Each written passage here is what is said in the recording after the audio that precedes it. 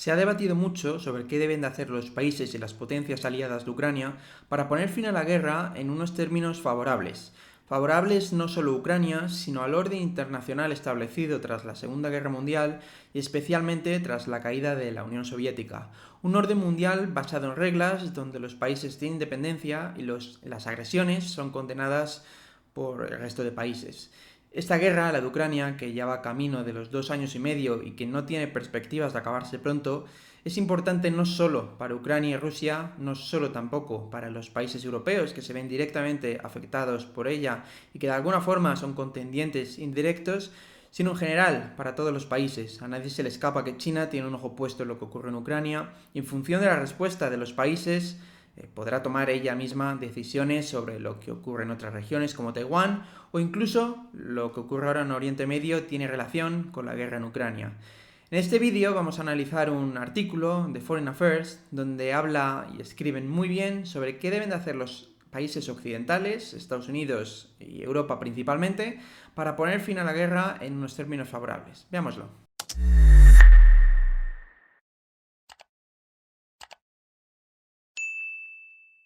Hola a todos, bienvenidos a Top Politic. Pues hoy vamos a hablar de un tema que a mí personalmente me interesa mucho y estoy convencido de que a vosotros también os va a interesar. Justo antes del COVID estuve estudiando en Riga, en Stradins University, en Letonia, un posgrado sobre todo lo que tenía que ver con Rusia y Europa del Este. Y ellos tenían una idea muy clara y es que iba a haber una guerra entre Europa y Rusia. No sabían cómo, si iba a ser más o menos directa y no sabían exactamente cuándo, aunque ellos hablaban, esto fue hace 4 años, que iba a ocurrir sin duda en la próxima década. 2 años más tarde de que yo estudiase allí, estudié en 2020, pues en 2022 la guerra estalló entre Rusia y Ucrania. Estalló, decimos, porque ha sido una guerra, un conflicto armado de alta intensidad, pero la guerra realmente, tenemos que tenerlo todos en cuenta, que empezó en 2014. Y esto a veces se olvida porque en 2014 las potencias europeas y Estados Unidos abandonaron por completo Ucrania. Y debido a que la abandonaron por completo, Rusia, 8 años más tarde, lo que hizo fue continuar esa guerra. Cuando no mostraron firmeza frente a Rusia, cuando abandonaron a la potencia, al país en este caso, más débil, lo que ocurre es que la potencia agresora se crece y decide volver a invadir. He leído mucho sobre todo lo que ha ocurrido en Ucrania, porque me interesa y también porque, bueno, por cuestiones personales, con ciertas familias refugiadas, pues aún me ha ligado más a ello. Y creo que el mejor artículo que he leído es uno que ha sacado Foreign Affairs, lo sacó la semana pasada. Foreign Affairs es una revista que trata, pues eso, asuntos internacionales, que ha seguido muy de cerca la guerra en Ucrania, y básicamente tiene una idea, y es que Occidente debe hacer ver de forma absolutamente clara que Rusia no tiene ni una sola posibilidad de ganar. Y añado yo, aunque lo dicen indirectamente, tiene que hacer ver a Rusia que cuanto más alargue esta guerra, más va a perder. En base a esto, pues lo que voy a hacer, para no inventármelo, es ir leyendo el artículo, voy a ir traduciendo porque está en inglés, aunque si me permitís no voy a traducir literalmente, sino más bien las ideas y los conceptos. El artículo se titula ¿Cómo convencer a Putin de que perderá? De que Rusia perderá. Y creo que la idea principal de todo el artículo se resume muy bien en un párrafo que está justo al final y por ello voy a empezar por ahí. Habla de grandes expectativas. Las expectativas son para mí la clave en la política. La política internacional en una guerra, por supuesto, pero es que también la política a nivel nacional. Dice algo así como que las guerras se luchan mientras que ambas partes difieren de cuál de ellas ganará, y que la diplomacia finalmente se hace posible solo cuando las expectativas convergen, es decir, cuando ambos contendientes, o todos los contendientes, tienen más o menos claro, aunque no sea de forma exacta, y acuerdan los dos, es decir, los dos piensan lo mismo, cuál va a ser el resultado final de la guerra. Por ello, llega a la conclusión de que rebajar las expectativas, las razones por las cuales los líderes rusos creen que finalmente ganarán, es crucial para que ellos acepten una paz que no es tan favorable a ellos, o que no les gustaría tanto. Y por ello, dice la conclusión del artículo, que es que prepararte, o que los países occidentales se preparen para una guerra larga en Ucrania, es la clave para evitar una guerra larga en Ucrania.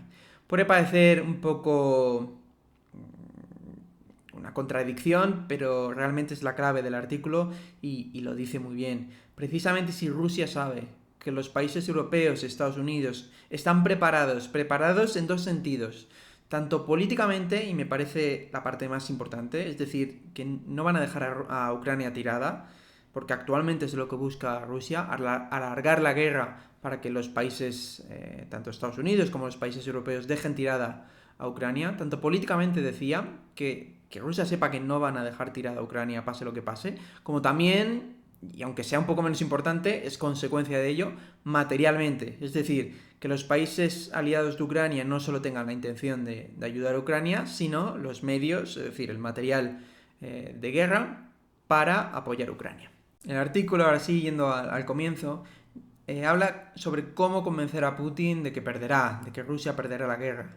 Y la idea es que Occidente debe mostrar a Rusia que puede sobreponerse a ella, que puede superarla en Ucrania, en la guerra en Ucrania. El artículo comienza, y cuidado porque al principio puede llevar a confusión, de que hay dos ideas que dominan la discusión sobre cómo acabar con la guerra en Ucrania.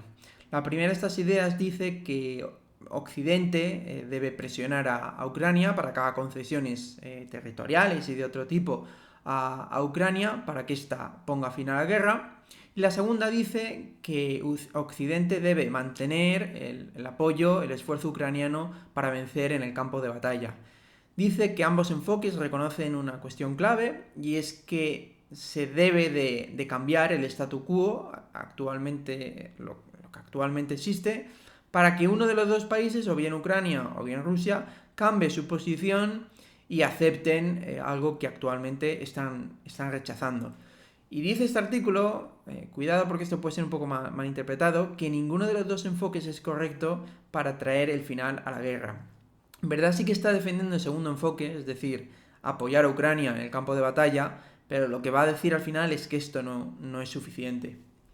Lo que habla aquí básicamente es que si dejas de apoyar a Ucrania en el campo de batalla o incluso le presionas para que haga concesiones, Rusia no va a aceptar ni siquiera los términos que actualmente estaría dispuesta a aceptar. Porque si Rusia ve que Ucrania no tiene el apoyo de Occidente, sus expectativas van a cambiar y lo que hará será pedir aún más. Es decir, que si Occidente da menos apoyo a Ucrania para que acepte el final de la guerra, Rusia no lo va a aceptar y va a decir, vale, pues llegamos a un acuerdo, que es el que había dicho antes. Por el contrario, lo que dice el autor, y lleva toda la razón, es que Rusia lo que hará será doblar la apuesta y exigir aún más a Ucrania, ya sea un cambio de régimen, mayores concesiones territoriales, etc.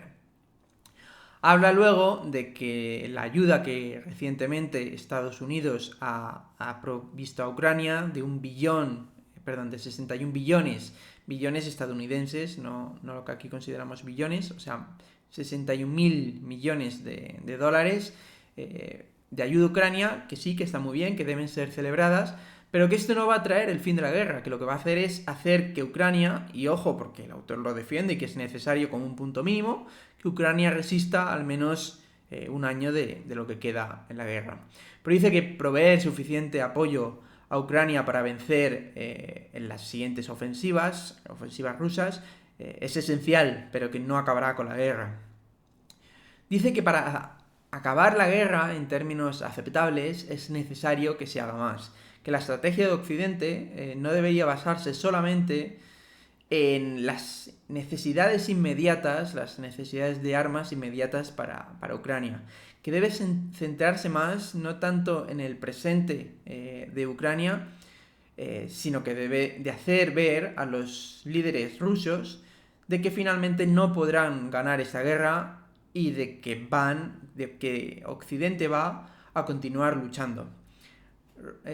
Dice que Occidente debe cambiar los cálculos en el medio, en el largo plazo de los líderes en Rusia. Es decir, que ellos vean que de ninguna forma pueden ganar la guerra. Dice el artículo que deben hacer entender a Moscú, a Rusia, de que van a producir más armamento que Rusia en los próximos años que van a venir, y que el objetivo es que los líderes rusos sepan que en el largo término Rusia no tiene ninguna opción de ganar la guerra. Es decir, que teman incluso que la guerra se alargue, que sea contrario a los intereses rusos una guerra larga, que cuanto más larga sea la guerra, más van a perder los rusos.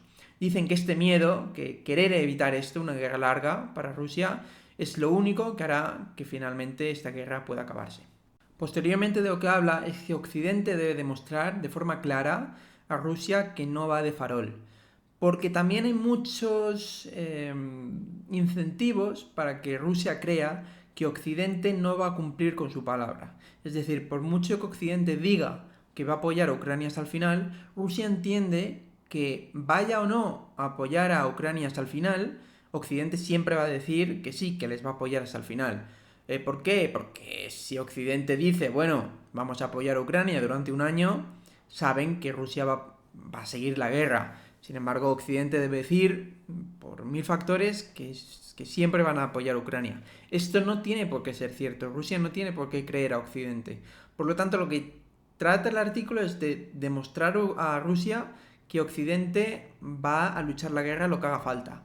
Y lo que dice el autor es que hay que demostrar que no vamos de farol, es decir, pasar de las palabras a los hechos, que Rusia vea hechos constatables de que Occidente va siempre a mantener el apoyo a Ucrania. ¿Y cuáles son esos hechos que debe hacer Occidente para mostrar a Rusia de que está dispuesta a apoyar a Ucrania hasta el final? Habla primero de que los líderes, tanto europeos como en Estados Unidos, y probablemente otros que se quieran involucrar, deben apoyar a Ucrania de tal forma que para ellos fuese muy costoso políticamente dejar tirada a Ucrania.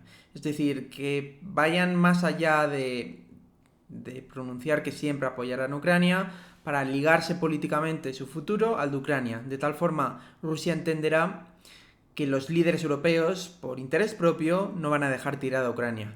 Cuando habla de Estados Unidos, habla de algo que me parece muy interesante y que también había pensado yo, y es que actualmente Biden tiene poca capacidad de ligar su futuro político al de Ucrania, pues nadie sabe qué va a ocurrir a partir de octubre. Es probable que por mucho que Biden diga ahora que no va a dejar caer a Ucrania, Biden puede perder la presidencia de los Estados Unidos, pueden llegar los republicanos y cambiar de opinión. O mejor dicho, establecer su propia opinión que puede ser diferente. Por lo tanto, por mucho que ahora Biden diga que va a apoyar a Ucrania hasta el final, pues para Rusia significa poco. Lo que habla el artículo, no solo aquí, sino más adelante, pero lo resumo ya, es que por eso, ya que los demócratas se han posicionado tan a favor de Ucrania, es muy importante que los republicanos también se posicionen defendiendo Ucrania, de tal forma que Rusia entienda que gobiernen unos o gobiernen otros, el apoyo a Ucrania no va a disminuir. Aquí me voy a otra posibilidad, y es a partir de octubre, en enero en concreto, cuando cambie o se mantenga el gobierno de los Estados Unidos, Rusia estará en una posición, puede ser, mucho peor. Si Biden logra repetir o revalidar su mandato de 4 años, Rusia sabrá que Estados Unidos va a apoyar a Ucrania durante al menos 4 años, pues es más o menos esperable que Biden mantenga la política o incluso, como ha venido haciendo hasta ahora, aumente la ayuda. Si ganan los republicanos, pues ahí ya vamos a un escenario más complejo, porque una opción es que Rusia tenga razón y que los republicanos vayan a apoyar menos a Ucrania, en tal caso Rusia pues ganaría y habría estado en lo correcto, habría acertado esperando el tiempo necesario para que Estados Unidos reduzca la ayuda a Ucrania, pero puede darse un escenario diferente, y es que los republicanos, si Rusia no llega a ningún pacto con Ucrania para poner fin a la guerra, Trump, o en general los republicanos, digan, vale, pues ya que Rusia no ha llegado a ningún pacto, ahora vamos a mantener la ayuda o incluso la vamos a aumentar. De esta forma Rusia vería que en los próximos 4 años con los republicanos, pero los siguientes también, incluso 8 años, porque ambos demócratas y republicanos apoyan a Ucrania, es decir, que Estados Unidos en ningún caso gobierne quien gobierne, va a dejar de apoyar a Ucrania en la guerra. También dice el autor que comprometerse a que en un futuro pueda haber una intervención mayor, saltarse las líneas rojas, también ayuda a que Rusia tema más que se alargue la guerra y que vea que los líderes europeos están dispuestos a llegar a más. Pero aquí dice el autor, y lleva toda la razón, que cuando Macron intentó esto y el resto de aliados de la OTAN le dejó un poco tirado, Macron dijo, aunque sus palabras fueron un poco malinterpretadas, que no se cerraba, Macron no dijo que iba a enviar tropas a Ucrania, sino que no se cerraba esa posibilidad. Y creo que acertó, puesto que si Rusia sabe que no van a enviar tropas a Occidente, a Ucrania, es como teme menos la escalada, pero si Rusia teme que eso pueda ocurrir o no, pues no hay que mostrar al enemigo todas tus cartas, puede pensarse dos veces lo que va a hacer. Lo siguiente que dice el autor, y esto es un poco a lo mejor más difícil de comprender, es que la política actual de comprar material para enviárselo a Ucrania está bien, pero que al final es en corto plazo. Que lo que debería hacer Occidente no es tanto comprar material a las empresas para enviárselo a Ucrania, que eso está bien y que es necesario a corto plazo, sino que lo que se necesita en el largo plazo es hacer una inversión muy fuerte para que Rusia sepa que vamos en serio. ¿A qué se refiere esto? Hay que invertir en un plan industrial de defensa, aumentar el número de fábricas, aumentar la producción en Europa y con un coste de entrada muy fuerte, con un coste fijo que se haga ahora muy fuerte, que no va a ser recuperable, logres que la producción de armamento en Europa, uno, pueda llegar a niveles mucho más altos, dos, que debido a los costes de escala, debido a producir en mucha mayor cantidad, sea mucho más bajo. ¿Esto qué logra? Dos cosas. Primero, que Rusia vea que Europa y Estados Unidos ha puesto ya lo ha puesto, no que lo va a poner en el futuro, que ya lo ha puesto mucho dinero sobre la mesa, es decir, que va en serio, que esto no va de farol, que realmente están dispuestos a dar mucho y ya lo han dado. Y lo otro es que los costes para Europa, dado que muchos ya han asumido y que va a haber economías de escala y que producir munición y armamento en el futuro va a ser mucho más barato debido a esa inversión inicial, que a Europa le va a salir relativamente bastante más barato mantenerse en la guerra. Y lo que dice el autor, y me parece muy interesante, es que cuando Rusia vea que Europa tiene la capacidad, Europa y Estados Unidos, tienen la capacidad para mantener una guerra muy larga, puesto que han invertido mucho en defensa a largo plazo, no solo en comprar material para ahora, para enviárselo a Ucrania, sino en infraestructura, en acuerdos a largo plazo con las empresas. Cuando Rusia vea eso, probablemente sea el momento en el que se siente a negociar una paz. Y dice el autor, y lo analiza muy bien, que Europa teme que haga una inversión enorme en armamento y que luego se tenga que tragar toda esa inversión si finalmente Rusia llega a la paz. Es decir, si ahora invertimos miles y miles de millones en una industria europea de armamento a largo plazo, precisamente para luchar contra Rusia, y en un año o dos se logra la paz, esas inversiones que a lo mejor son para no la próxima década, sino las próximas 2 décadas, Europa se las va a comer. Y dice el autor, vale, a lo mejor no sirven para Rusia, pero es que haberlo invertido ha sido la única posibilidad de que Rusia vea que vamos en serio, de que estamos preparados para afrontar una guerra a largo plazo, e invertir ese dinero es la única manera de no tener que finalmente gastarlo de forma efectiva, es decir, de enviar esas armas a Ucrania en un futuro. Añado yo, la defensa europea, americana también, pero es que los americanos ya la tienen, cumplen con sus necesidades, pero la defensa europea es algo muy, muy, muy descuidado. La inversión en defensa en Europa, por creer que iba a haber paz de forma eterna, ha estado muy baja. Invertir ahora en defensa primero puede lograr lo que dice el autor, y es que Rusia vea que vamos en serio, que ya hemos gastado mucho y que después de este compromiso no nos vamos a retirar, puesto que lo más difícil ya está hecho, pero que además tenemos capacidades. Pero también puede hacer crear una industria europea tanto para las propias necesidades, que no las tenemos cubiertas. España tampoco debería dar la paz por dada, tanto en actores estatales como Marruecos, del que se habla mucho, pero también actores o no estatales como los terroristas, o posiblemente tener que intervenir en conflictos que afecten a España de forma directa, como un posible conflicto en el Sahel, pero también para intervenciones europeas o para apoyar aliados en otras partes del mundo. Es decir, lo que quiero decir con esto es que por mucho que Europa invierta, primero, como dice el autor, hay que invertir para precisamente no tener que gastarlo. Hay que tener armas para que el rival sepa que estamos dispuestos y que tenemos la capacidad de usarlas, y solo así no tendremos que usar esas armas que hemos producido, puesto que si no las producimos, las vamos a necesitar y no las vamos a tener. Pero además lo que digo yo es que puede servir para impulsar una industria armamentística europea que necesitamos tanto para las propias necesidades como para apoyar aliados, como también podernos beneficiar de esa industria de la misma forma que actualmente Estados Unidos es el proveedor de armamento, y Rusia también, y China en menor medida, pero China también es el proveedor de armamento a la mayoría de los países del mundo.